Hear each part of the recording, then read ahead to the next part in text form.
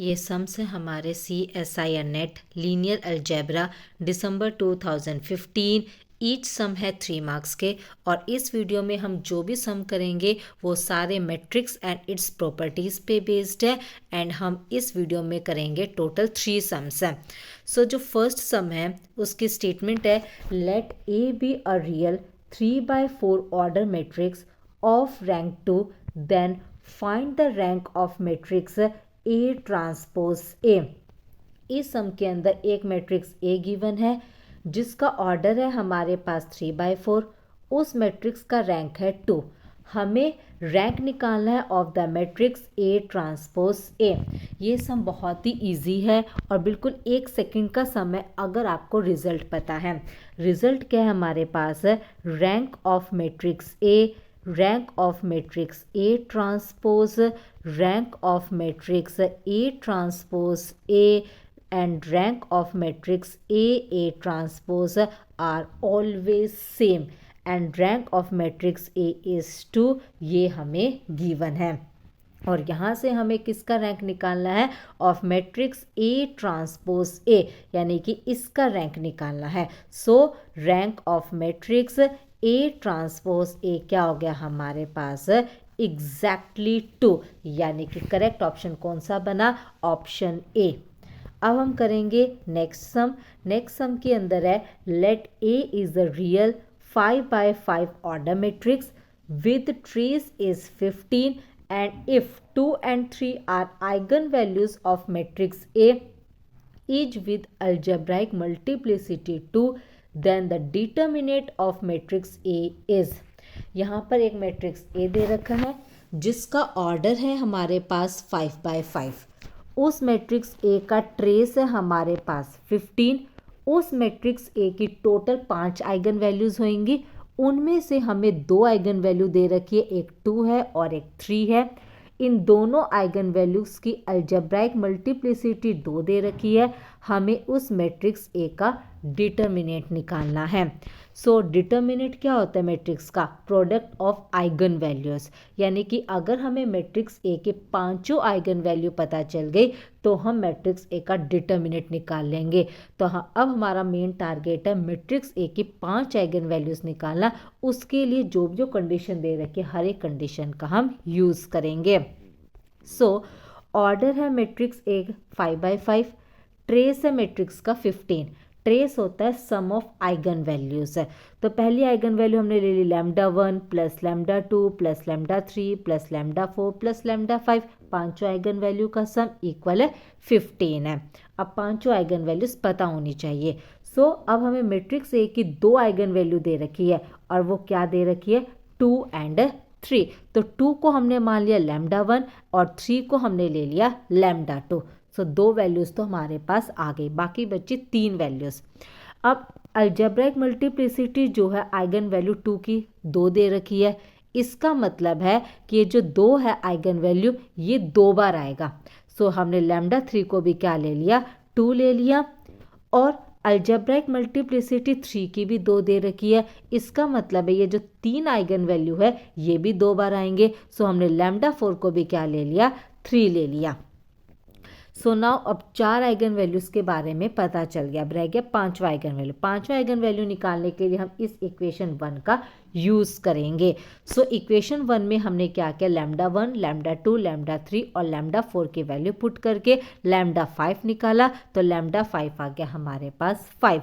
अब हमारे पास matrix A की 5 आइगन वैल्यूज़ है और हमें निकालना है मैट्रिक्स ए का डिटर्मिनेंट जो होता है product of eigen values which is 2 × 3 × 2 × 3 × 5। Solve करने के बाद हमारे पास आया मैट्रिक्स ए का डिटर्मिनेंट 180। सो करेक्ट ऑप्शन कौन सा बनता है यहाँ से option D is the right answer है। सो ये था हमारा इसके अंदर सम नंबर 2। अब हम करेंगे इस वीडियो में sum number 3। Let A be non identity matrix of order n/n such that a² equal a। Which of the following statement is false. So इसमें 2 चीज़ें गिवन है। एक है मैट्रिक्स ए जो है वो नॉन आइडेंटिटी मैट्रिक्स है जिसका ऑर्डर है n/n और ये मैट्रिक्स ए आइडम्पोटेंट दे रखी है, that is A square equal A. नीचे 4 स्टेटमेंट है, हमें बताना कौन सी स्टेटमेंट फॉल्स। इस बात का खास ध्यान रखना है, पेपर में फॉल्स स्टेटमेंट बतानी है ना कि ट्रू। सो एक एक करके 4 ऑप्शन डिस्कस करते हैं, जो फॉल्स होगा वही हमारा यहाँ करेक्ट ऑप्शन होगा। सो फर्स्ट ऑप्शन है identity minus A whole square equal identity minus A. इसको चेक करने के लिए हम क्या करेंगे, इस स्टेटमेंट की लेफ्ट हैंड साइड को पिक करेंगे और उसको सॉल्व करेंगे। सो लेफ्ट हैंड साइड क्या दे रखी है हमारे पास स्टेटमेंट की, आइडेंटिटी माइनस ए का होल स्क्वायर। होल स्क्वायर का मतलब होता है कि उसको 2 टाइम्स लिखना। इनको हमने आपस में मल्टीप्लाई किया, मल्टीप्लाई करने के बाद आया identity minus A plus A square. Next step identity minus A, ये बन गया हमारा -2a plus A square as it is. Next step identity -2a plus A square बना A because A square equal A, ये हमें already given है। सो solve करने के बाद हमारे पास आया identity minus A whole square equal identity minus A. It means first statement तो ट्रू है, हमें फर्स्ट चेक करना था, तो ये हो गया हमारा यहाँ से डिस्कार्ड।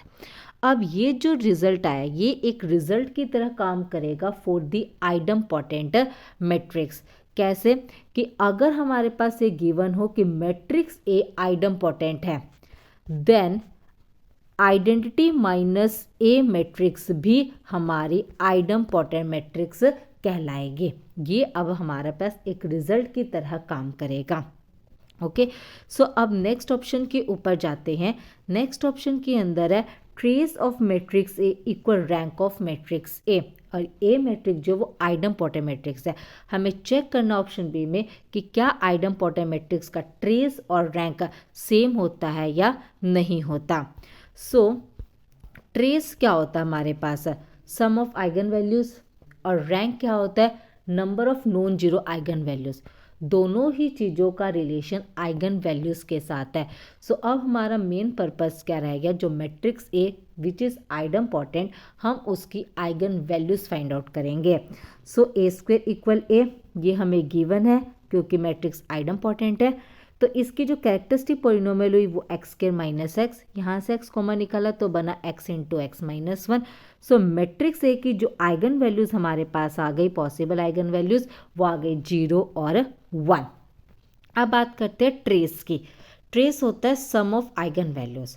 अब पॉसिबल आइगन वैल्यूज़ तो 0 1 है, तो सम करेंगे तो 0 की तो कोई वैल्यू ही नहीं है, तो ट्रेस क्या आएगा, जितनी बार भी 1 आएगा वही हमारा ट्रेस बनेगा, क्योंकि ट्रेस क्या है, sum of eigenvalues, eigenvalues का सम, और सम में 0 की कोई वैल्यू नहीं है क्योंकि सम होएगा ओनली 1 का। तो it means trace is nothing but number of ones. अब बात करते हैं रैंक की। रैंक होता है number of non zero eigen value, और नॉन जीरो आइगन वैल्यू क्या है, 1, यानी कि 1 कितनी बार आ रहा है as an eigenvalue which is number of ones. अब दोनों को ही ध्यान से देखें तो trace of idempotent matrix is number of ones, rank of idempotent matrix is also number of ones. It means trace and rank of idempotent matrix is always 1. ये भी अब हमारे पास एक रिजल्ट की तरह काम करेगा कि idempotent matrix अगर दे रखी हो तो उसका ट्रेस और रैंक हमेशा सेम होते हैं। इट मीन्स ऑप्शन बी भी एग्जैक्टली ट्रू है, हमें फॉल्स बताना था, तो ऑप्शन बी भी हो गए यहाँ से डिस्कार्ड। अब बात करते हैं ऑप्शन थर्ड की। ऑप्शन थर्ड में है rank of matrix A plus rank of matrix identity minus A is N यहाँ पर क्या है, मैट्रिक्स ए का ऑर्डर। तो ये चेक करने के लिए भी हम इसकी लेफ्ट हैंड साइड को पिक करेंगे। सो लेफ्ट हैंड साइड हमारे पास क्या है, rank of matrix A plus rank of matrix identity minus A. अब मैट्रिक्स ए आइडम्पोटेंट है और आइडेंटिटी माइनस ए मैट्रिक्स भी आइडम्पोटेंट है, क्योंकि मैट्रिक्स ए आइडम्पोटेंट है तो आइडेंटिटी माइनस ए भी आइडम्पोटेंट होगी। ये चीज़ हम प्रूव कर चुके हैं। सो एक चीज़ और प्रूव कर चुके हैं कि अगर मैट्रिक्स आइडम्पोटेंट है तो उसका ट्रेस और रैंक दोनों चीज़ें सेम होती हैं। So rank of matrix A क्या बन गया, ट्रेस ऑफ मैट्रिक्स ए, और rank of identity minus matrix से क्या बन गया, trace of matrix identity minus है। Next step, trace of matrix से एज इट इज। अब जो ट्रेस होता है ना, ये लीनियर प्रॉपर्टी एग्जिबिट करता है। It means trace of identity minus A क्या बन गया, trace of identity matrix minus trace of matrix से। यहाँ से trace of matrix A trace of matrix से आपस में कैंसिल, तो क्या बचा, ट्रेस ऑफ आइडेंटिटी मैट्रिक्स। और आइडेंटिटी मैट्रिक्स का ट्रेस यानी कि एन, जितना ऑर्डर होएगा वही आइडेंटिटी मैट्रिक्स का ट्रेस बनेगा, क्योंकि ट्रेस होता है the sum of diagonal entries और आइडेंटिटी मैट्रिक्स के डायगोनल्स में जस्ट 1 1 1 आते हैं, इसीलिए trace of identity matrix is n. तो क्या बना, rank of matrix A plus rank of identity minus A is n. It means option C B correct है। हमें फर्स्ट चेक करना था, तो ऑप्शन सी बी हो गया यहाँ से डिस्कार्ड।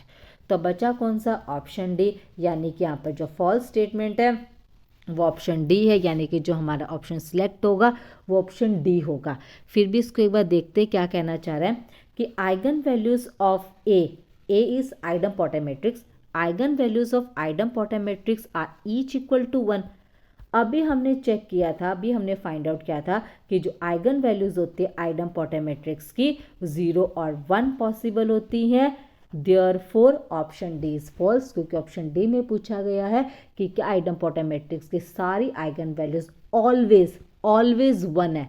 नो, पॉसिबल 0 भी है और 1 भी है, तो 0 भी पॉसिबल है। इसकी वजह से ऑप्शन डी हो गया हमारा फर्स्ट, जिसकी वजह से यहाँ से करेक्ट ऑप्शन जो बनेगा वो बनेगा हमारा ऑप्शन डी।